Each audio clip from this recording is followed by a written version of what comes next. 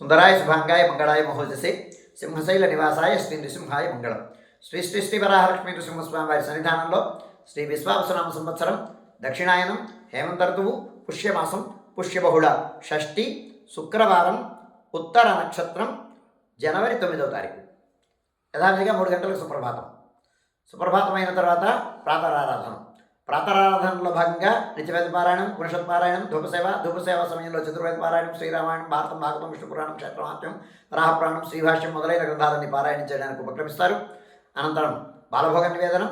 బాలభోగ నివేదనంతో సమాంతరంగా తిరుప్పావి సేవాకాలం, విశేష సేవాకాలంతో సమాంతరంగా నిత్యహోమం, బలిహరణం అయిన తర్వాత మంగళాశాస్త్రం, చేతమరగోష్ఠి, తీర్థం నియోగం అయిన తర్వాత చుట్టు సన్నిధులు తాయార్ల సన్నిధి, లక్ష్మీనారాయణ స్వామి వారి సన్నిధానంలో మంగళాశాస్త్రం అయిన తర్వాత ఆండాళమ్మవారి తిరువీధి మహోత్సవం, అమ్మవారి సేవ ఆండాళ్ళ సన్నిధికి వేంచేసిన తర్వాత ఆండాళ్ళ సన్నిధుల్లో విశేష ఆరాధనం, నివేదనం అయిన తర్వాత సేవాకాలం, మంగళాశాస్త్రం, శాతమరగోష్ఠి, తీర్థ వినియోగం అయిన తర్వాత ఆనాటి పాసుల వ్యాఖ్యాన విన్నపం అయిన తర్వాత అమ్మవారి ప్రధానాలయంలోకి వేంచేస్తారు.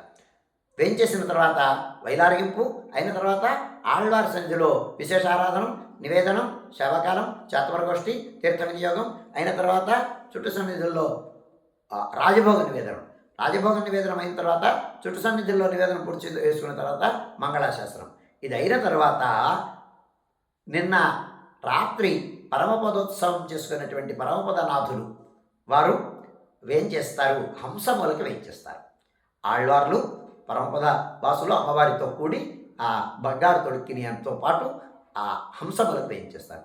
హంసమూలకు వేయించేసిన తర్వాత గత 20 రోజులుగా 4000 దివ్య ప్రబంధం పారాయణం చేయడం, సేవాకాలం చేసి విన్నపం జరుగుతోంది. అధ్యయనోత్సవం అంటాం దీన్ని. ఈ అధ్యయనోత్సవం పూర్తవుతుంది. ఇవాటితోటి రాపత్తు పూర్తి అన్నమాట. అది పూర్తయి అక్కడ ఏల్శాత్తు నూత్తందాది షాత్ అంటాం.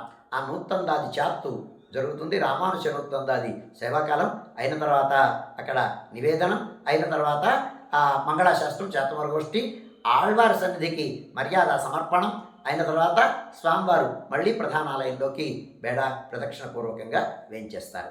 ఈ కార్యక్రమం అంతా సుమారు 6:30 గంటలకి కార్యక్రమం పూర్తయి రాజభోగ నివేదనం అయిన తర్వాత స్వామివారి హంసములకు వేయించేసిన తర్వాత సర్వదర్శనం కొనసాగుతుంది. ఇదైన తర్వాత స్వామివారు ప్రధానాలయంలోకి వేయించేస్తారు. వేయించేసిన తర్వాత అలంకార విసర్జనం జరుగుతుంది.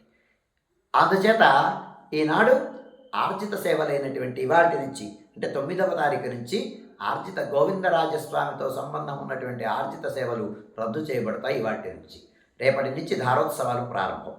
అందుకని ఇవాటి నుంచి సహస్రనామార్చనం, అష్టోత్తర శత స్వర్ణ పుష్పార్చనం, తులసీదళార్చనం, గరుడ సేవ, నిత్య కళ్యాణం మొదలైన సేవలు అన్నీ రద్దు చేయబడతాయి.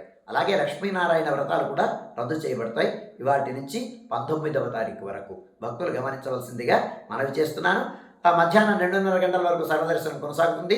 మధ్యాహ్నం 2:30 గంటల నుంచి 3 గంటల వరకు మధ్యాహ్నం విరామం. ఈ సమయంలో భక్తుల యొక్క దర్శనములు నిలుపుదల చేయడం జరుగుతుంది. మధ్యాహ్నం 3 గంటల నుంచి రాత్రి 7 గంటల వరకు సర్వదర్శనం కొనసాగుతుంది. రాత్రి 7 గంటలకు రాత్రి ఆరాధన, విశేషమైనటువంటి హోమము అయిన తర్వాత మంగళాశాస్త్రం, చాతమరగోష్ఠి అయిన తర్వాత ఏకాంత సేవ, కవాట బంధనంతో ఈనాటి కార్యక్రమం సుసంపన్నమవుతుంది.